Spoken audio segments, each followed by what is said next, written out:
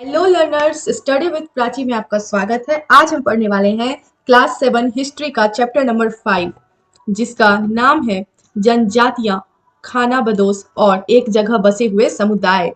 तो copy pen लेके बैठना, क्योंकि आपको तो पता ही है एनसीईआरटी का कोई भी लाइन किसी भी एग्जाम में कभी भी पूछ दिया जाता है। और मैं आपको करवाती चलूंगी important question underline, important lines को अंडरलाइन, और आप नोट करते चलना अपने कॉपी में।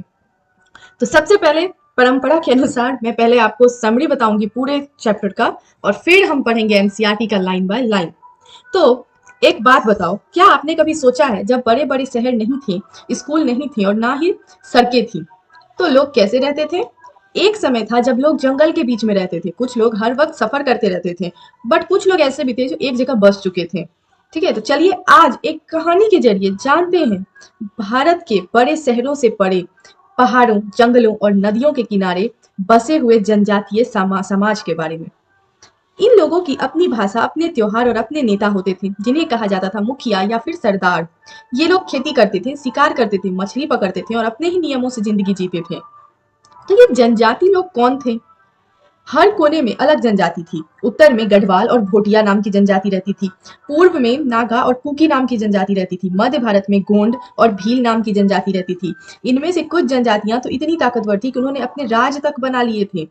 जैसे एक गोंडवाना जनजाति थी और एक गढ़कटा राज्य उन्होंने बनाया था। ठीक है, गढ़कटा राज्य के नाम से उन्होंने अपना एक राज्य बनाया था। किसने? गोंडवाना जनजाति ने। यहाँ पे इनका नियम था कि इनके में जो राजा बनते थे वो भी जनजाति, उसी गोंडवाना जनजाति के ही कोई एक उसका राजा बनेगा उस राज्य का। ठीक है, अब आते हैं खानाबदोश, यानी वो लोग जो एक जगह नहीं रुकते थे। वे ऊंटों पर, बैलगाड़ियों पर चलते रहते थे। रेगिस्तान, मैदान, जंगल हर जगह से गुजरते थे। कभी पत्तों और लकड़ी के सामान बनाते, कभी जानवरों की देखभाल करते और मेलों में अपना सामान बेचते थे। इनमें से कुछ कलाकार भी होते थे जो नाच गाना, कठपुतली, जादू दिखाते थे। धीरे धीरे सब राज मजबूत हो गए, सेनाएं बनने लगी, कर वसूला जाने लगा। तो इन जनजाति और खानाबदोश समाजों पर असर पड़ा। कुछ जनजाति को राजा ने सेना में शामिल किया, कुछ को कर चुकाने पर मजबूर किया और कुछ को तो जंगल से बाहर निकाल दिया था। लेकिन कुछ जनजाति जैसे गोंड इतनी शक्तिशाली थी कि उन्होंने इतिहास में अपनी एक पहचान बना ली। ठीक है, तो ये थी इस पूरे चैप्टर की समरी जो मुझे आती थी। अब देखते हैं कि एनसीईआरटी आप लोगों को क्या बताना चाहता है।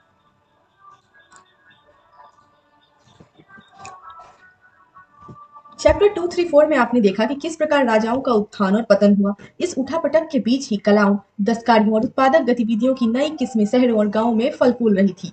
एक लंबे अंतराल में कई महत्वपूर्ण राजनीतिक, सामाजिक और आर्थिक परिवर्तन हुए, लेकिन सामाजिक परिवर्तन हर जगह एक समान नहीं थी। क्यों? क्योंकि अलग अलग किस्म में समाज अलग अलग तरीकों से विकसित हुआ। ऐसा कैसे और क्यों हुआ, ये समझना बहुत महत्वपूर्ण है। इस उपमहाद्वीप के बड़े हिस्से में समाज वर्ण के नियम अनुसार पहले से ही विभाजित था। ब्राह्मणों द्वारा सुझाए गए नियम बड़े बड़े राज्य के राजाओं द्वारा स्वीकार किए जाते थे। इससे ऊंच और नीच तथा अमीर और गरीब के बीच का फासला बढ़ता गया। दिल्ली के सुल्तान और मुगल के काल में श्रेणीबद्ध समाज ज्यादा जटिल हो गया था। पर इस बीच इन बड़े शहरों से परे कुछ जनजातीय समाज थे जिनको ये बड़े शहरों से लेना देना नहीं था। अलबत्ता दूसरे तरह के समाज भी उस समय मौजूद थे। एक समाज, उस जनजाति समाज में से एक ये अलबत्ता समाज भी था। उपमहाद्वीप के कई समाज ब्राह्मणों द्वारा सुझाए गए सामाजिक नियमों और कर्म कांडों को नहीं मानता था और ना ही वे कई असमान वर्गों में विभाजित थे। अक्सर ऐसे समाजों को जनजातियां कहा जाता था। प्रत्येक जनजाति के सदस्य नातेदारी के बंधन से जुड़े होते थे। कई जनजातियां खेती से अपना जीविकोपार्जन करते थे, कुछ दूसरी जनजाति के लोग शिकारी थे, पशुपालक थे। ठीक है, प्रायः वे अपने निवास स्थान के प्राकृतिक संसाधन का पूरा पूरा इस्तेमाल करने के लिए गतिविधियों का मिला जुला रूप अपनाते थे। कुछ जनजाति खानाबदोश थी और वे एक जगह से दूसरी जगह घूमती रहती थी। जनजाति समूह संयुक्त रूप से भूमि और चारागाहों पर नियंत्रण रखते थे। अपने खुद के बनाए नियम के आधार पर परिवार के बीच इनका बंटवारा करते थे। इस उपमहाद्वीप के विभिन्न हिस्सों में कई बड़ी जनजातियां फली फूली।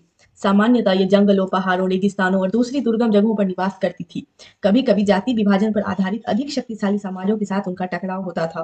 कई मायनों में इन जनजातियों ने अपनी आजादी को बरकरार रखा और अपना अलहदा संस्कृति को बचाया। लेकिन जाति आधारित और जनजातीय समाज दोनों अपनी विविध किस्म की जरूरतों के लिए एक दूसरे पर निर्भर भी रहे। टकराव और निर्भरता के इस संबंध ने दोनों तरह के समाजों को धीरे धीरे बदलने का काम भी किया। तो ये जनजाति लोग कौन थे? समकालीन इतिहासकार और मुसाफिर ने जनजाति के बारे में बहुत कम जानकारी दी है। कुछ अपवादों को छोड़ दें तो जनजाति लोग भी लिखित दस्तावेज नहीं रखते थे, लेकिन समृद्धि रीति रिवाजों और मौखिक परंपराओं का वे संरक्षण करते थे। ये परंपराएं हर नई पीढ़ी को विरासत में मिली थी।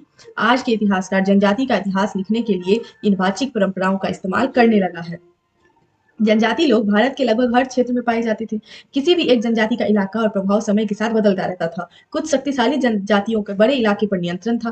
पंजाब में खोखर जनजाति 13वीं और 14वीं सदी के दौरान बहुत प्रभावशाली थी। यहाँ बाद में गखकर लोग ज्यादा महत्वपूर्ण हो गए। उनके मुखिया कमाल खान गखकर को बादशाह अकबर ने मनसबदार बनाया था। ये आप इंपॉर्टेंट लाइन में रख सकते हो। अरे एक मिनट। हम्म, ये जो कौन सी जनजाति थी? खोखर जनजाति। पंजाब में खोखर जनजाति थी,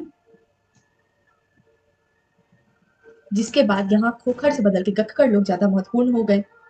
और ये जो इसका मुखिया था, ये गखकर जनजाति का जो मुखिया था, कौन? कमाल खान गखकर को बादशाह अकबर ने मनसबदार बनाया था। ठीक है। मुल्तान और सिंध में मुगलों द्वारा अधीन कर लिए जाने से पहले लंगाह और अरगुन लोगों का प्रभुत्व अत्यंत विस्तृत क्षेत्र पर था। उत्तर पश्चिम में एक विशाल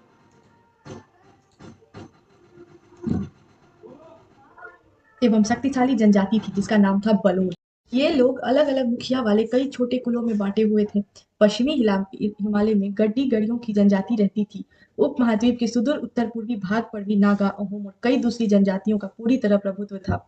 मौजूदा बिहार और झारखंड के कई इलाकों में 12वीं सदी तक चेर सरदार शाहियों का उदय हो चुका था। बादशाह अकबर के प्रसिद्ध सेनापति राजा मानसिंह ने 1591 में चेर लोगों पर हमला किया, उन्हें परास्त किया और उन्हें लूट लिया और उनका जितना माल था इन्होंने अपने अधीन कर लिया। औरंगजेब के समय में मुगल सेनाओं ने चेर लोगों की कई किलों पर कब्जा किया और इस जनजाति को अपने अधीनस्थ बना लिया। इस क्षेत्र में रहने वाली महत्वपूर्ण जनजाति मुंडा और संताल थे। ये उड़ीसा और बंगाल में भी रहते थे। कर्नाटक और महाराष्ट्र की पहाड़ियां कोली, बेरात तथा कई दूसरी जनजातियों के निवास स्थान थे। कोली लोग गुजरात के कई इलाकों में रहते थे। कुछ और दक्षिण में कोडागा, वेतर, मारवाड़ और दूसरी जनजातियों की विशाल आबादी थी।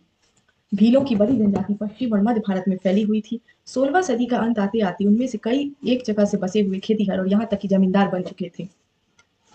तब भी भीलों की कई कुल शिकारी संग्राहक बने रहे। मौजूदा छत्तीसगढ़, मध्य प्रदेश, महाराष्ट्र और आंध्र प्रदेश में गोंड लोग बड़ी तादाद में फैले हुए हैं।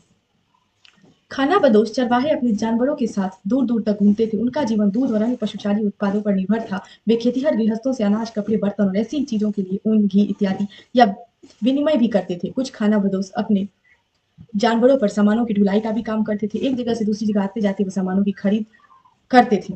बंजारा लोग सबसे महत्वपूर्ण व्यापारी खानाबदोश थे। उनका कारवां टांडा कहलाता था। उनका कारवां क्या कहलाता था? टांडा। और सुल्तान अलाउद्दीन खिलजी बंजारों का ही इस्तेमाल करके नगर बाजार से अनाज की ढुलाई करवाता था। ये चीज हमें कहाँ से पता चलती है? ये सब चीज हमें पता चलती है बादशाह जहांगीर ने अपने संस्मरणों में ये चीज लिखा है। इसीलिए हमें पता चलता है इन बंजारों के बारे में कि कैसे क्या होता था। उनका कारवां टांडा कहलाता था, कैसे वो अनाज ढोते थे। ठीक है। सैन्य अभियान के दौरान वो मुगल सेना के लिए खदानों की ढुलाई का भी काम करते थे। तो ये सब चीजें हमें पता चलती है बादशाह जहांगीर से।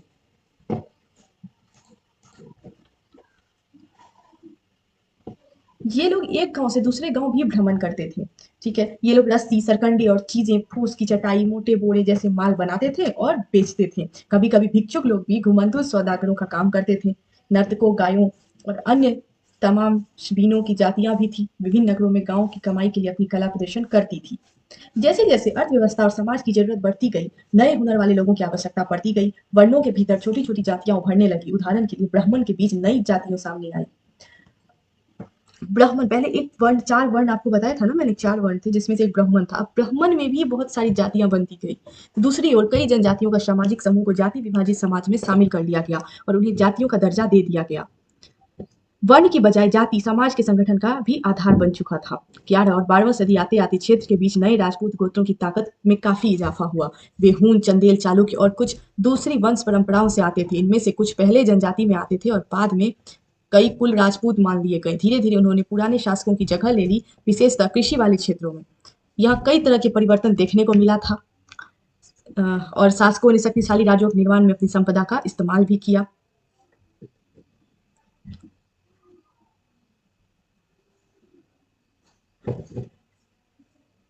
अच्छा, दूसरी तरफ पंजाब, सिंध और उत्तर पश्चिमी सरहद की प्रभुत्वशाली जनजाति ने काफी पहले इस्लाम को अपना लिया था। वे जाति व्यवस्था को नकारते रहे थे। सनातनी हिंदू धर्म के द्वारा प्रस्तावित गैर बराबरी वाली सामाजिक व्यवस्था इन इलाकों में बड़े पैमाने पर स्वीकार नहीं की गई थी। राज्यों की उत्पत्ति जनजाति लोगों के बीच हुए सामाजिक बदलाव की गहराई से संबंधित है।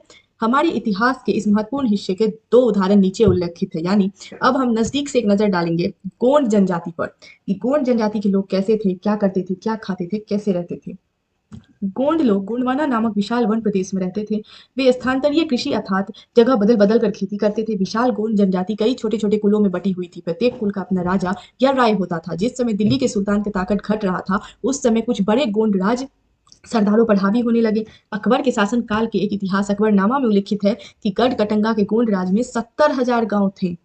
आप समझ रहे हो, 70,000 गांव। इन राज्यों की प्रशासनिक व्यवस्था केंद्रीकृत हो रही थी, राजगढ़ों में विभाजित था। हर गढ़ किसी खास गोंड कुल के नियंत्रण में था। ये पुनः 84 गांव की इकाइयों में विभाजित था, जिन्हें 84 कहा जाता था। और 84 12-12 गांव को मिलाकर बनता था, मतलब एक 84 के अंदर 12 गांव आते थे। ठीक है, बड़े राज्यों के उदय ने गोंड समाज के चरित्र को बदल डाला। उनका मूलतः बराबरी वाला समाज धीरे धीरे असमान सामाजिक वर्गों में विभाजित हो गया। ब्राह्मण लोगों ने गोंड राजाओं के अनुदान में भूमि प्राप्ति को और अधिक प्रभावशाली बना दिया। गोंड सरदारों को अब राजपूत के रूप में मान्यता प्राप्त करने की चाहत हुई, इसलिए गढ़ कटंगा के गोंड राजा अमन दास ने संग्राम सिंह की उपाधि धारण की। ये इंपॉर्टेंट लाइन है कि गढ़ कटंगा के गोंड राजा अमन दास ने किसकी उपाधि धारण की? संग्राम सिंह की। उसके पुत्र दलपत ने महोबा के चंदेल राजपूत राजा सालबान की पुत्री से राजकुमारी दुर्गावती से शादी किया। ठीक है, और दलपत की मृत्यु कम उम्र में हो गई। अब इसके मृत्यु के बाद इसका जो राज था वो उसकी पत्नी दुर्गावती संभाली। वो बहुत ही योग्य थी। ठीक है, वो इस राज्य को संभाली और उसने अपने 5 साल के पुत्र वीर नारायण के नाम पर इस शासन का कमान संभाला था। 1565 में आसिफ खान के नेतृत्व में मुगल सेनाओं ने गढ़ कटंगा पर हमला कर दिया। भले रानी दुर्गावती ने बहुत जमकर मुगलों का सामना किया, लेकिन फिर भी वो हार गई और उसने समर्पण करने की जगह मर जाना बेहतर समझा। उसका पुत्र भी तुरंत बाद लड़ता हुआ मारा गया। गढ़ कटंगा एक समृद्ध राज्य था। इसने हाथियों को पकड़ने और दूसरे राज्यों में उनका निर्यात करने का व्यापार में अच्छा धन कमाया था। जब मुगलों ने गोंडों को हराया तो उन्होंने लूट में बेशकीमती सिक्के, हाथी, ये सब कुछ हथिया लिया और राज का एक भाग अपने कब्जा में कर लिया और बाकी का भाग वीर नारायण के चाचा चंदर शाह को दे दिया।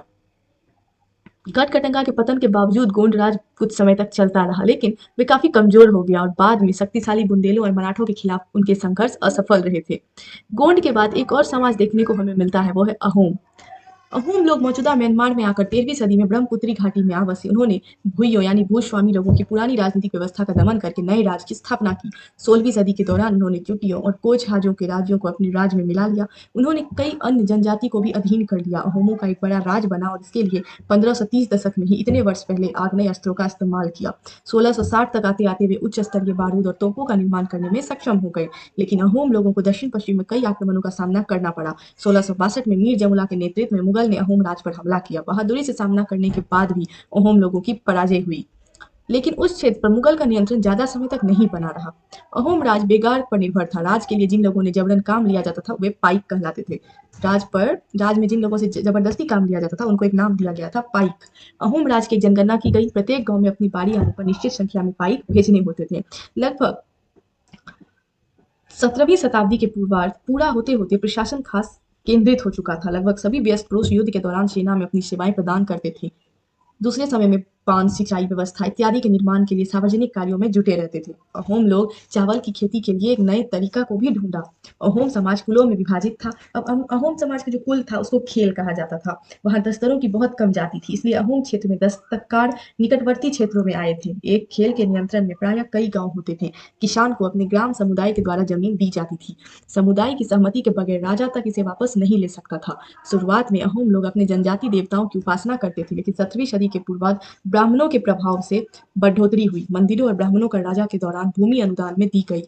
सब एक ये इंपॉर्टेंट लाइन है कि किनके काल में हिंदू धर्म वहां प्रधान धर्म बन गया। तो सब सिंह के काल में हिंदू धर्म वहां का प्रधान धर्म बन गया, लेकिन अहोम राजा ने हिंदू धर्म को अपनाने के बाद अपनी पारंपरिक आस्थाओं को पूरी तरह से नहीं छोड़ा था। अहोम समाज एक अत्यंत परिष्कृत समाज था। कवियों और विद्वानों के अनुदान में जमीन दी जाती थी।